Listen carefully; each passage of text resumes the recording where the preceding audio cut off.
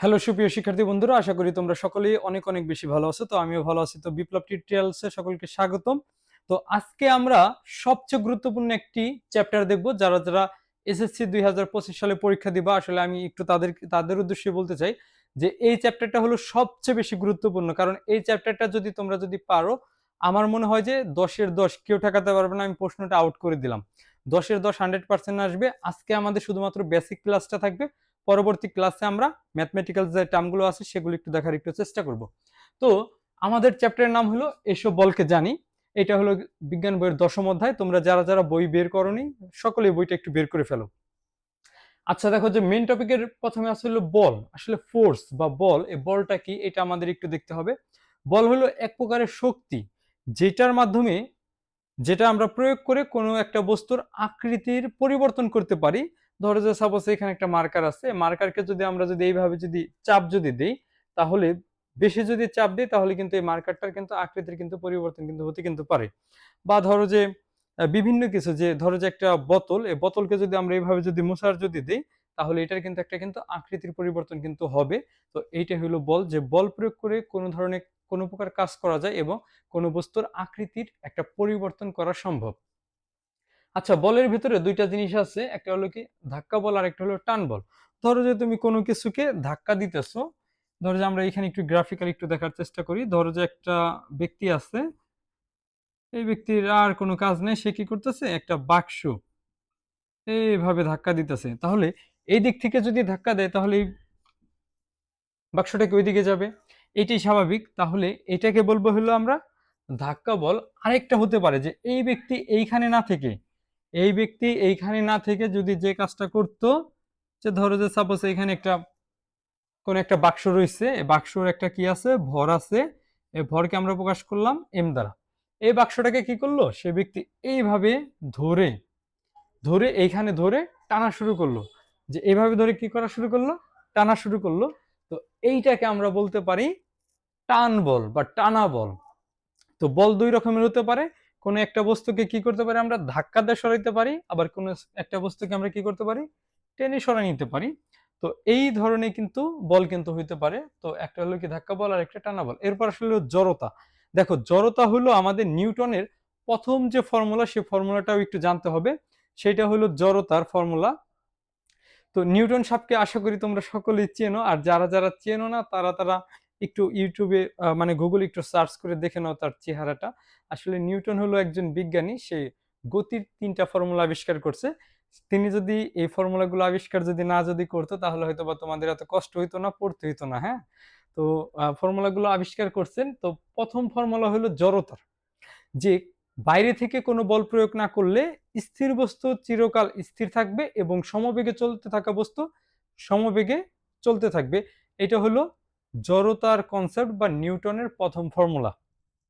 তাহলে জড়তাকে আমরা একভাবে একটু প্রকাশ করতে পারি, সেটা হলো ঘাওড়ার মতো। কি, আমি আসলে বেসিক্যালি যেভাবে প্রকাশ করি সেটা হলো যে ঘাওড়া। ধরো যে বাইরে থেকে কোনো বল প্রয়োগ করলে গতিশীল বস্তু, মানে স্থির বস্তু কি হবে, গতিশীল হবে। ব্যাপারটা এরকম।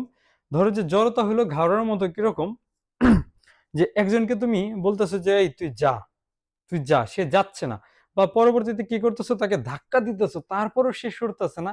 এই যে যে যে অবস্থায় আছে সে অবস্থায় থাকতে চাওয়ার যে প্রবণতা, সেটা হলো জড়তা। ধরো যে কোনো স্থির বস্তু স্থির অবস্থায় থাকতে চাওয়ার এবং গতিশীল বস্তুর গতিশীল অবস্থায় থাকতে চাওয়ার যে প্রবণতা, সেটা হলো জড়তা। তার মানে জড়তাকে আমরা ঘাওড়ার মতো একটু প্রকাশ করতে পারি। ধরো যে সাপোজ এই বোর্ডটার উপর আমরা কি বল প্রয়োগ করতেছি, বাট বোর্ডটা যাইতেছে না, মানে সেই স্থির রয়েছে, সেই স্থিরই থাকতে চাইতেছে। কিন্তু ধরো যে একজন আরোহী মোটর সাইকেল চালাইতেছে, এখন তাকে বলতেছে এই থামো থামো, সে থামতেছে না, সে আরো জোরে চালাইতেছে। পরে তাকে জোর করে ধরা হইলো, কিন্তু তাও সে থামতেছে না, জোরেই চালাইতেছে। এই যে যে গতিশীল বস্তু গতিশীল থাকার যে প্রবণতা, সেটা হলো জড়তা। তোমরা একটু বইটি একটু দেখে নিবে এবং সুন্দর মতো একটু পড়ে নেবা। আচ্ছা, এর উপর একটু খেয়াল করো যে 3 নাম্বার আছে যে বলের পরিমাণ ও নিউটনের দ্বিতীয় গতিসূত্র। তাহলে নিউটনের দ্বিতীয় গতি যে ফর্মুলাটা, সেটা আমাদের একটু জানতে হবে। তার আগে আমাদের দেখো যে এইখানে যে জিনিসটি একটু ভালো মতো জানতে হবে, সেটি হচ্ছে হলো ভরবেগ। সেটি কি, প্রথমটা আছে কি ভরবেগ,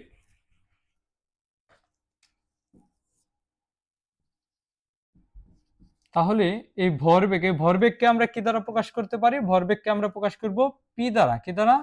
পি সমান সমান হলো এম ভি। তাহলে এখানে এখানে এমটা কি স্যার? এখানে এম হইল, এখানে এম হলো কোন বস্তুর কি? ভর, কোন বস্তুর ভর। আর ভি হইল বেগ। ভি কি? বেগ। ক্লিয়ার? তাহলে ভরবেগ পি সমান সমান কি? M V. তাহলে এখানে এম হইল ভর, ভি হইল বেগ। তাহলে আমাদের ভরবেগটা একটু ক্লিয়ার। এরপর আসলে আমাদের ত্বরণ। স্যার ত্বরণটা কি? ত্বরণের আসলে আমি এখন আর বেসিক গুলো বলতেছি না, তোমরা এগুলো ক্লাস এটে অনেকবার করে পড়ে আসছো। তার মানে ত্বরণকে আমরা প্রকাশ করি সচরাচর যে এ সমান v minus u divided by t. এটা হলো আমরা একেবারে সরাসরি লিখতে পারি। কিন্তু দেখো যে এই যে যে ত্বরণটা, এই ত্বরণটা কিন্তু সরাসরি কিন্তু আসেনি। এই ত্বরণটা আসছে আসলে বল প্রয়োগ করার ফলে। আচ্ছা ত্বরণ জিনিসটাকে এটা যদি একটু যদি বলি, ত্বরণকে ইংরেজিতে বলে হলো অ্যাক্সেলারেশন। যদি কোনো বস্তুর বেগ বৃদ্ধির হারকে আমরা কি বলতে পারি? ত্বরণ বলতে পারি। কোনো বস্তুর কি বেগ বৃদ্ধির হারকে বলতে পারি ত্বরণ। এখন শুধু এতটুকু একটু মনে রাখতে হবে, ত্বরণ এ সমান সমান v minus u divided by t. আচ্ছা এরপর আমাদের যে জিনিসটা সবচেয়ে বেশি জানতে হবে সেটা হলো যে এই যে যে ত্বরণ, তার মানে এ সমান সমান আমরা জানি কি? V minus u divided by t. এই ত্বরণ থেকে আমরা যে ফর্মুলাটা একটু জানতে পারি সেটা হলো বলের ফর্মুলা। কিসের? বলের।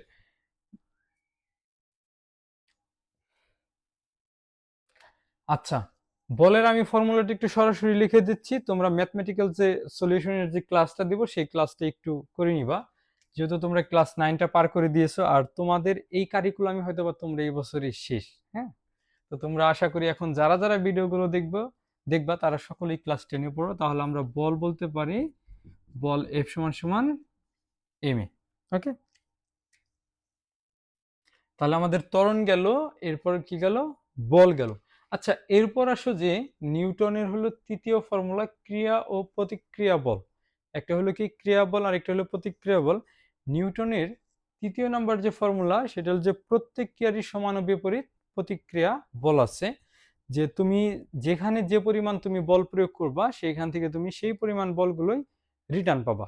ওকে, তো আচ্ছা আমরা 4 নাম্বারটা দেখার আগে বইতে একটা সলিউশন আছে, সেই সলিউশনটা আমরা পরবর্তী ভিডিওতে করে দিব। সলিউশন যে ভিডিওটা, তো আমরা আপাতত শুধুমাত্র বেসিক দেখতেছি যে ক্রিয়া ও প্রতিক্রিয়া বলের ভিতরে একটা জিনিস আছে। ধরো যে কোনো একটা ওয়াল, এই ওয়ালের ভিতরে একটা বল প্রয়োগ করা হলো, সেটাকে আমরা বলতে পারি F1 বল। কি বল?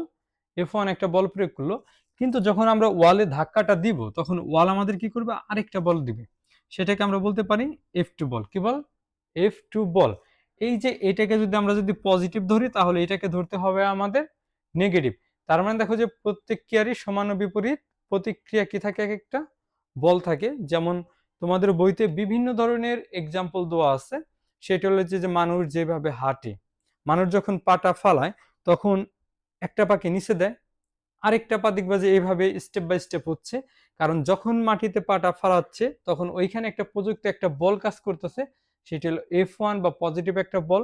পরবর্তীতে মাটি আরেকটা বল আমাদের প্রদান করতেছে, সেটা হলো কি F2 বা মানে এটাকে আমরা বলতে পারি নেগেটিভ একটা বল। মানে প্রত্যেক ক্রিয়ারই সমান ও বিপরীত প্রতিক্রিয়া আছে।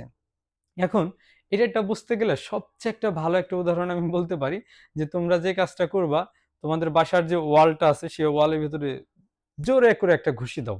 দেখবা যে ঘুষি দিলে দেখবা যে এই ওয়ালটাও তোমাকে প্রতিক্রিয়া আরেকটা বল দিচ্ছে, সেইটাই হলো এই প্রতিক্রিয়া বল। আর ক্রিয়া বল হলো যেটা তুমি বলটা প্রয়োগ করছে সেটাই হবে ক্রিয়া বল। তো এটা নিয়ে আসলে সেই রকম আর বেসিক আমি যাচ্ছি না।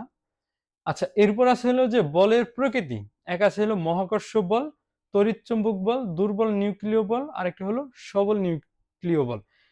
অনেক সুন্দর করে তোমাদের বইতে রিডিং গুলো দেওয়া আছে, একটু সুন্দর করে একটু পড়ে নিবা। মহাকর্ষ বল, মহাকর্ষ বল মানে যে এই যে যে পৃথিবী যে আমাদের যে টানে, বা পৃথিবীর যে সকল বস্তু এক একটা বস্তু আরেকটা বস্তুকে কিন্তু টানে, কিন্তু এই যে যে মহাবিশ্বে বা মহাবিশ্ব বলতে পারি না, এই যে যে আমাদের যে পৃথিবী, এই পৃথিবীর টানের কারণে অন্য টানগুলো আসলে বেশি বোঝা যায় না, কিন্তু স্টেপ বাই স্টেপ প্রত্যেকটা বস্তুকে কি করতেছে?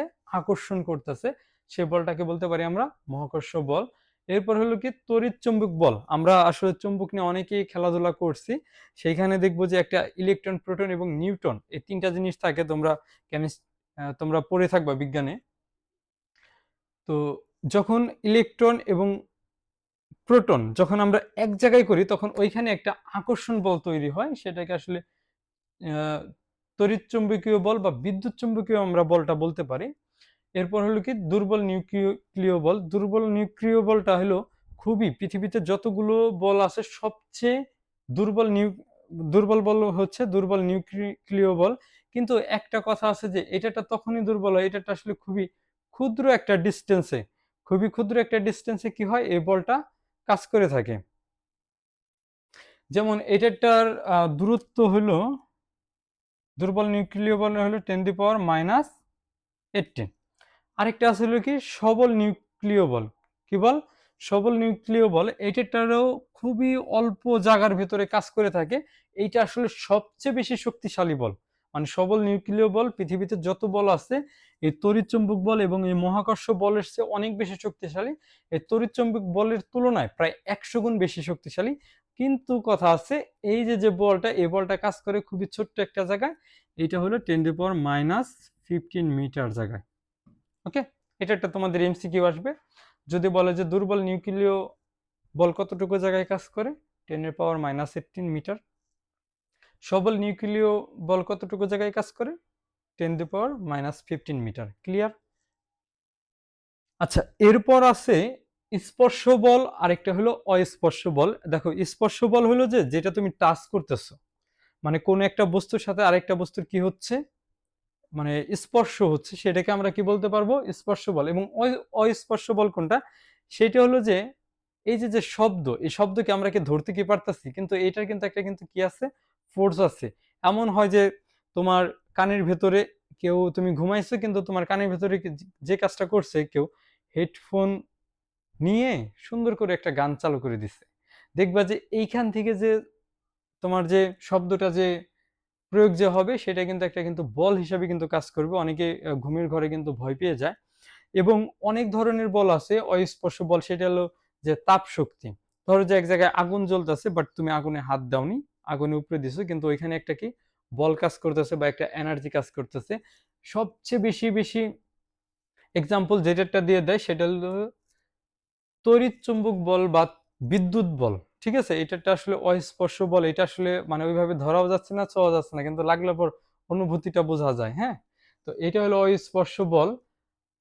আরেকটা আছে হলো ঘর্ষণ বল। দেখো, ঘর্ষণ বলটা আসলে দরকার। ঘর্ষণ বলের বিভিন্ন বিস্তারিত তোমাদের বইগুলোতে রিডিং দিয়ে দিছে, তোমরা একটু পড়ে নিবা যে ঘর্ষণ বল আসলে থাকে পৃথিবীতে। যদি ঘর্ষণ বলটা যদি না থাকতো, তাহলে হয়তোবা নিউটনের প্রথম ফর্মুলাটাই প্রুভ হইতো যে, বা জড়তার যে ফর্মুলাটা, সেই ফর্মুলাটা হয়তো বা অ্যাপ্রুভ হইতো। আসলে ওটা হলো আসলে পৃথিবী থাকতো না। যে আসলে ঘর্ষণ আছে বিধায় কিন্তু নিউটনের প্রথম ফর্মুলাটা কিন্তু মূলত কিন্তু মানা কিন্তু হয় না। যদি ঘর্ষণ যদি না থাকতো, আমি যদি এই বস্তুটাকে যদি ধাক্কা দিয়ে যদি পাঠাই দিতাম, সারা জীবন এইভাবে চলতে থাকতো, আর কোনো প্রকার থামতো না।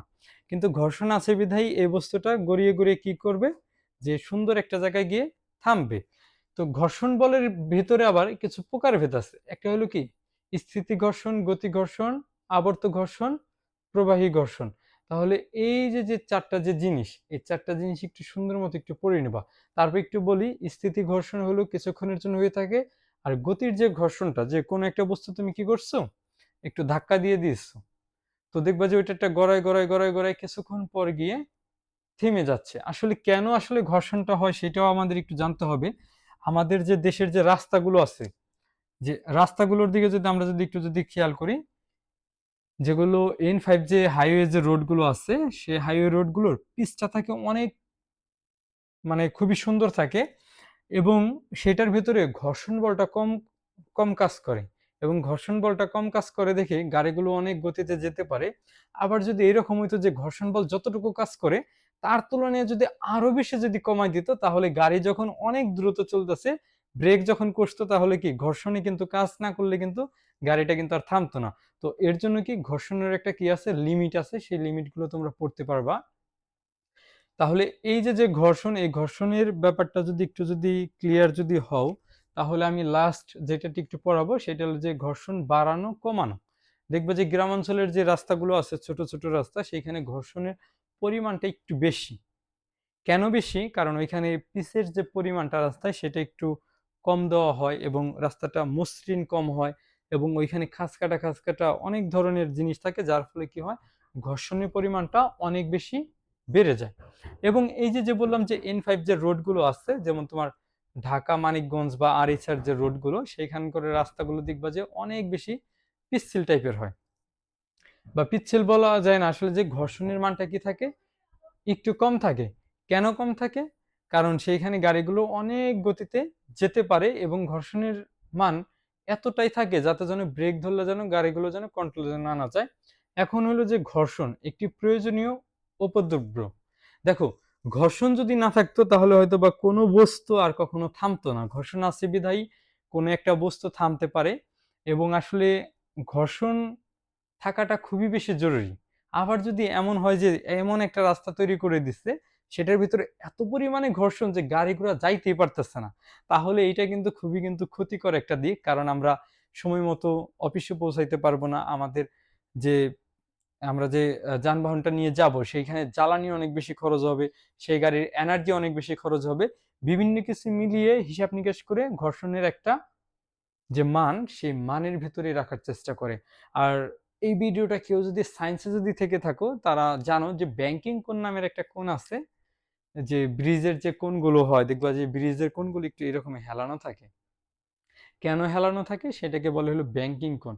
এই ব্যাংকিং কোণগুলো দেওয়ার কিন্তু কারণ কিন্তু আছে। তো এগুলো আসলে তোমরা একটু পড়ে নিবা, বাসায় এই জিনিসগুলো পড়বা, কিন্তু যে জিনিসগুলো একটু বেশি বেশি পড়তে হবে বা মুখস্থ করতে হবে সেটা হলো ভরবেগ P সমান mv, ত্বরণ A সমান v minus u divided by t, আর হলো বল F সমান সমান ma।